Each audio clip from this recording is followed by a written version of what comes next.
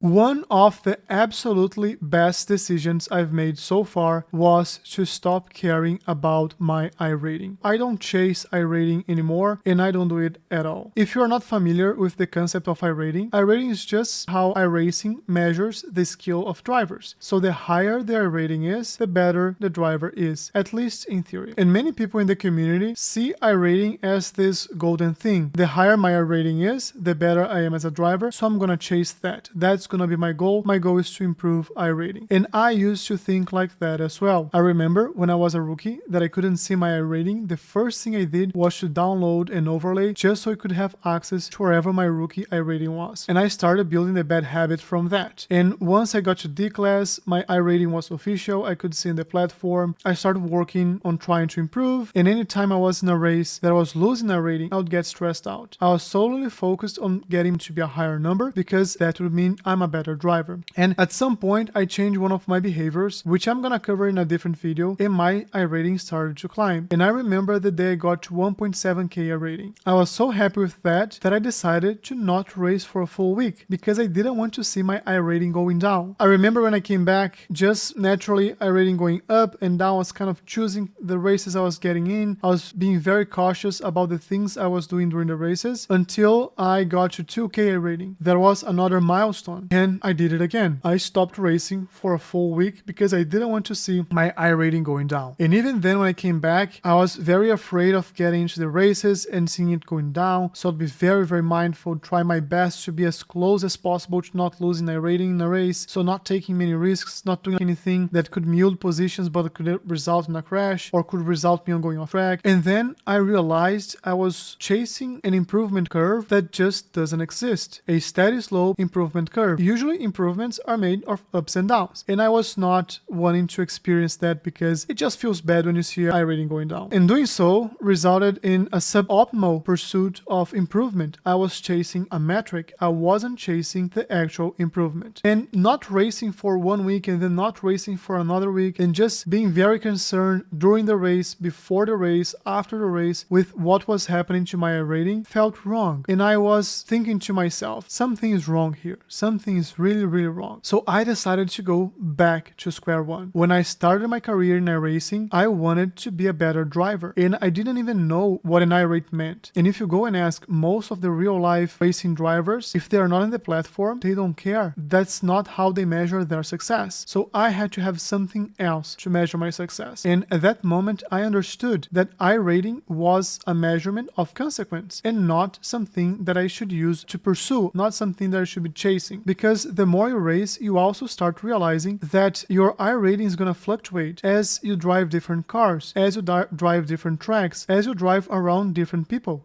Sometimes you just have a very good week. You're just doing very well on a track and you gain a lot of iRating. Next week, you struggle in the track, or you get very competitive packs, or you're just involved in some unfortunate accidents and your iRating goes down. So once I realized that iRating was something that I should be looking at long term, I changed my mind. I don't go into a race and I'm not racing anymore checking how much iRating I'm gaining or losing. I race trying to be a better driver. I practice to be a better driver, and I just let the iRating speak for itself. And wherever it is, going up or down is just something I'm gonna look at as an average and not as a crude raw number. So I completely stopped marrying the number that was on my screen. And the interesting thing about it is once I started my new behavior, I naturally felt more confident. I naturally felt more relaxed because now I'm trying to act and react considering the things that are happening in my surrounding. I'm no longer thinking about what's gonna happen to my iRating after the race. Which means accidents that ruin my race have less impact on me, because now instead of looking at that as, oh, I lost iRating, I look at that as an opportunity. What went wrong? How could I have avoided the issue? If I caused it, what did I do wrong? If someone else caused it, how I could have anticipated it? How I could have avoided it in the first place? And now I accept that iRating is going to continue to fluctuate.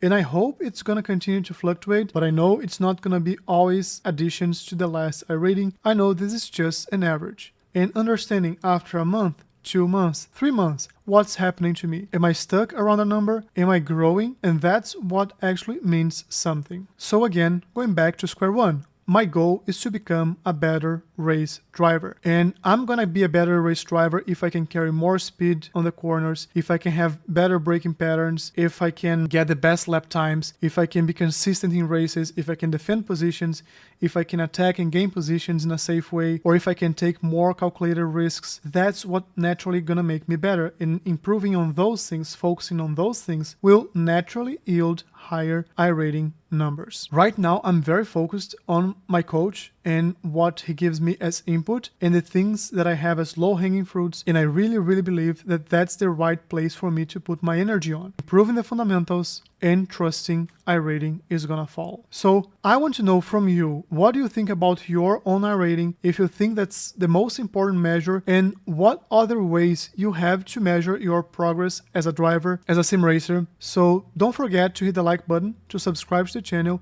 and let your comment down below. I make sure I respond to all of them, and I try to learn as much as I can from the community as well.